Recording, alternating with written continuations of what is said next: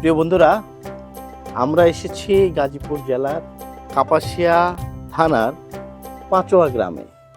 এটা হচ্ছে পাঁচোয়া শাপলা বিল। দুধারে দেখেন কত শাপলা।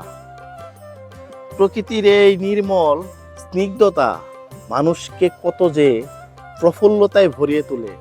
আপনি যদি একবার না আসেন তাহলে বুঝতে পারবেন না। এই যে দেখুন,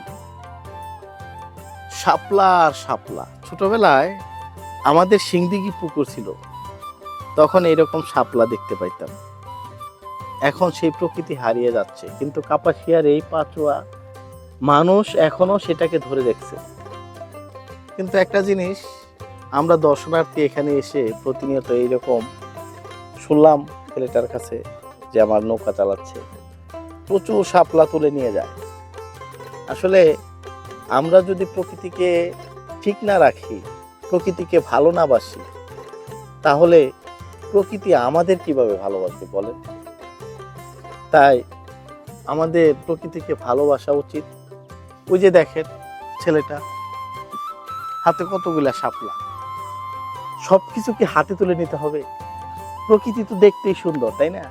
দেখে যদি উপলব্ধি করতে পারি, তাহলে কেন আমাদের এই প্রকৃতিকে ধ্বংস করতে হবে?